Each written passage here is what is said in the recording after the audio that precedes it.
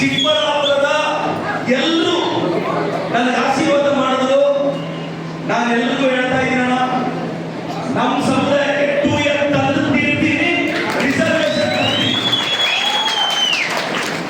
ನಾನು ದುಡ್ಡಿಂದ ರಾಜಕೀಯಕ್ಕೆ ಬಂದಿದ್ದರೆ ದುಡ್ಡು ಬೆಲೆ ಕೊಡ್ತಾರ ಅಂತ ಹೇಳ್ಕೊಡచ్చు, ಧೈರ್ಯ ಬಂಡವಾಳ ಬೆಳೆದು ಹಚ್ಕೊಂಡೆ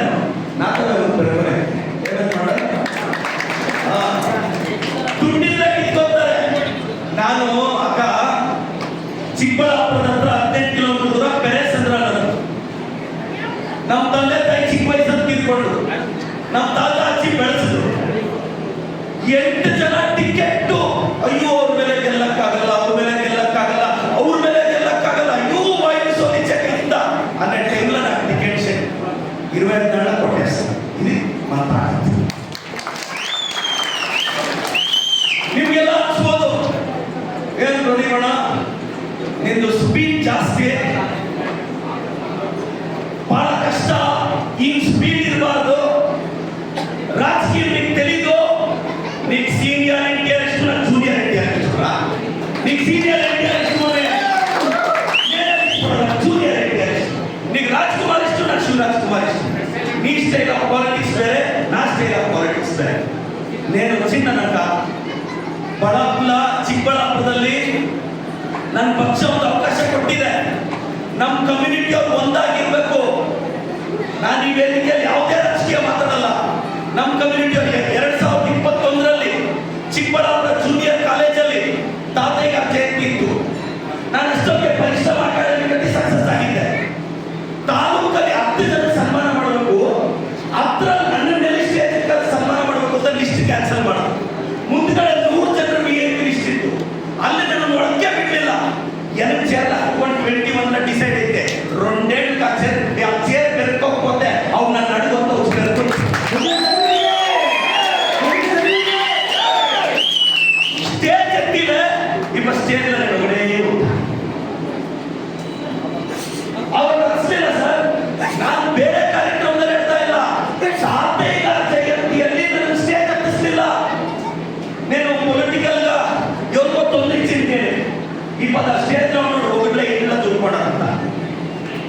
ನಾನು ಯಾಕೆ ಹೇಳ್ತೀನಿ ಅಂದ್ರೆ, ನೋಡಿ ನನ್ನ ತಮ್ಮಂದ್ರ ತಂಗಿಯಂದ್ರಿಗೆ ಯೋಗಿ ತಿಗಿಲ್ ಪಡಕಂಡ, నువ్వు తిగిల్ పడ్డా చచ్చిపోతావు, ధైర్యం ఉన్నా చచ్చిపోతావు, ధైర్యం చచ్చిపోవాల్సి వస్తుంది అంటే.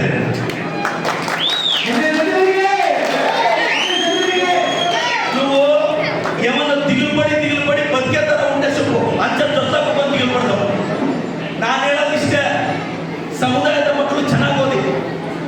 ಯಾರಿಗೂ ಸುಡ್ಕೊಂಡು ఎవరు కష్టానికి ఎవరు అయ్యారా, నీ కష్టము నీ సంగతి నీ అన్నం నువ్వు సంపాదించుకోవాలి. ఇంతల్లా పెట్టుకొని ధైర్యంగా ఉండు. ಯಾವತ್ತನ್ನ ನಾನು చెప్తాను, ಚಿಕ್ಕಬಳ್ಳಾಪುರದ ಅಹಿಂದಾದವ್ರು ನಾನು ಹೇಳ್ತಾ ಇದ್ದೀನಿ, ಅಲ್ಪಸಂಖ್ಯಾತರಿಗೆ, ಹಿಂದುಳಿದವರಿಗೆ, ದಲಿತರಿಗೆ ನಾನು ಹೇಳ್ತಾ ಇದ್ದೀನಿ. 50 ವರ್ಷ ಆದ್ಮೇಲೆ ಚಿಕ್ಕಬಳ್ಳಾಪುರದಲ್ಲಿ ಒಬ್ಬ ಓಬಿಸಿ ಹುಡುಗ ಗೆದ್ದಿದ್ದಾನೆ. ಸಾಧ್ಯ ಆದ್ರೆ ಕಾಪಾಡ್ಕೊಳ್ಳಿ. ಎಷ್ಟು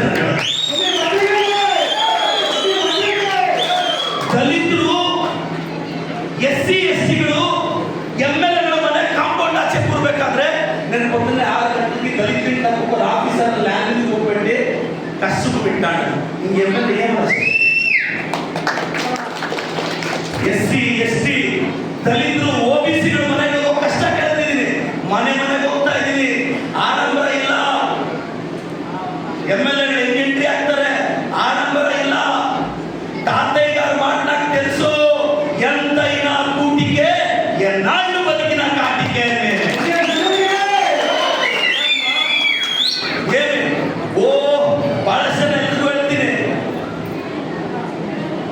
60 ఏళ్ళలో 70 ఏళ్ళలో 80 ఏళ్ళలో 90 ఏళ్ళలో ಆರಾಮ್ ఉంటాము. ದಿಗಿಲು ಪಡದಂಡು ಏಮಯ್ಯಲ್ಲ. ನನ್ನನ್ನು ಕೆಲವು ಕೇಳ್ತಾರೆ, ಪ್ರದೀಪ್ ಈಶ್ವರ್ నిన్ను రాజకీయంలో తొక్కేస్తే ఏం చేస్తావు? వాళ్ళు చచ్చిపోతారు, నేను పోతాను.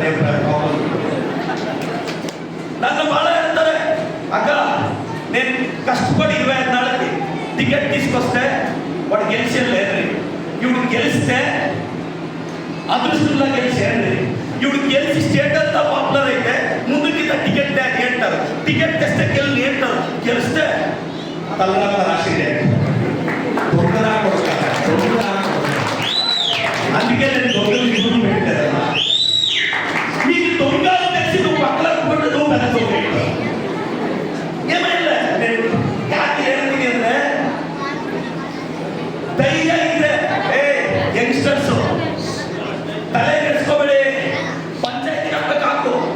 ಟಿವಿಗೆ ಹಾಕ್ಬೇಕು ಹಾಕು, ಸೆಟ್ಗೆ ಹಾಕ್ಬೇಕು ಹಾಕು, MLA ಹಾಕ್ಬೇಕು ಹಾಕು, ಧೈರ್ಯವಾಗಿರಿ, ಏನಾಗಲ್ಲ. ನಾನು ಬಂದು ಇನ್ನು ಕೆಲವು ಹುಡುಗರು ಅಣ್ಣ నేనేమన్నా చేసేకపోతే ఊర్లో తిడతారన్నా, మీ అన్న ప్రదీప్ నీ అందరూ తిడతారు అಷ್ಟೇ అట్లా చూడి రాకపోతున్నాను. ముందు జయంతికి వస్తాను, మినిస్టర్ అయ్యేది రాసి పెట్టుకోండి. ముందు జయంతికి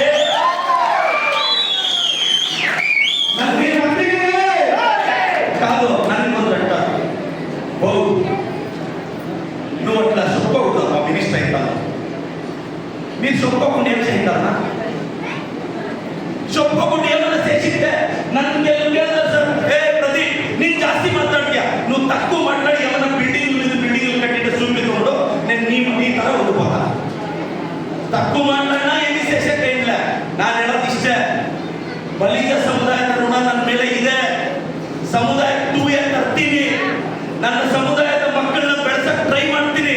ನಮ್ಮ ಜಯರಾಮಣ್ಣ ಇದ್ದಾರೆ, ಸಿದ್ದರಾಮಣ್ಣ ಇದ್ದಾರೆ, ನಮ್ಮ ರಕ್ಷಾಣ್ಣ ಇದ್ದಾರೆ. ఈ పట్ల చెప్తాను, నాకు కొందరు అంటారు నెక్స్ట్ ఎట్లా నేను చెప్తే నా తమ్ముడు రక్షారమయ్య ఎమ్మెల్యే కావాలంటే భుజాల మీద పిలిపించుకొని బడాప్లా గెలిపించుకొస్తే నువ్వేం చేస్తావరా? నేను గౌరీ బిందువులు వేస్తే గెలుస్తాను. గౌరీ బిందువులు వేస్తే గెలిపిస్తారు లేదా? గౌరీ బిందువులే కాదు, కర్ణాటకలో యాడేస్తే గెలుస్తాను. నా రక్షానికి కావాల్సిన క్షేత్రం విడిచిపెట్టి నేను ఎన్నాళ్ళ మీద 6 సంవత్సరాల మీద కొంత గెలుచుకొని వస్తాను. మరి నేను నన్ను ಯಾಕೆ ಹೇಳ್ತೀನಿ ಅಂದ್ರೆ ಬೆಳಿಬೇಕು, ನನಗೆ ಇಷ್ಟೇ ಸರ್. ನಾಕೇಮುಂದಲ್ಲ ಏಮ್ ಆಸೆ ಇಲ್ಲ. ನನ್ನ ಸಮುದಾಯದವರು, ನನ್ನ ಅಣ್ಣ ರಕ್ಷಾಣ್ಣ ಬೆಳಿಬೇಕು, ನನ್ನ ತಮ್ಮಂದ್ರು ಬೆಳಿಬೇಕು, ಕಮ್ಯುನಿಟಿ ಹುಡುಗರು ಬೆಳಿಬೇಕು. ಯಾವುದಕ್ಕೂ ಭಯ ಬಿಡಬಾರ್ದು.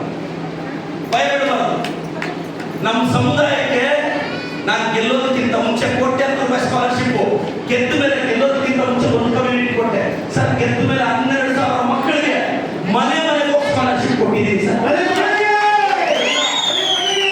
ಎಲ್ಲ ಸಮುದಾಯದವ್ರಿಗೂ ಸ್ಕಾಲರ್ಶಿಪ್ ಕೊಟ್ಟಿದ್ದೀನಿ.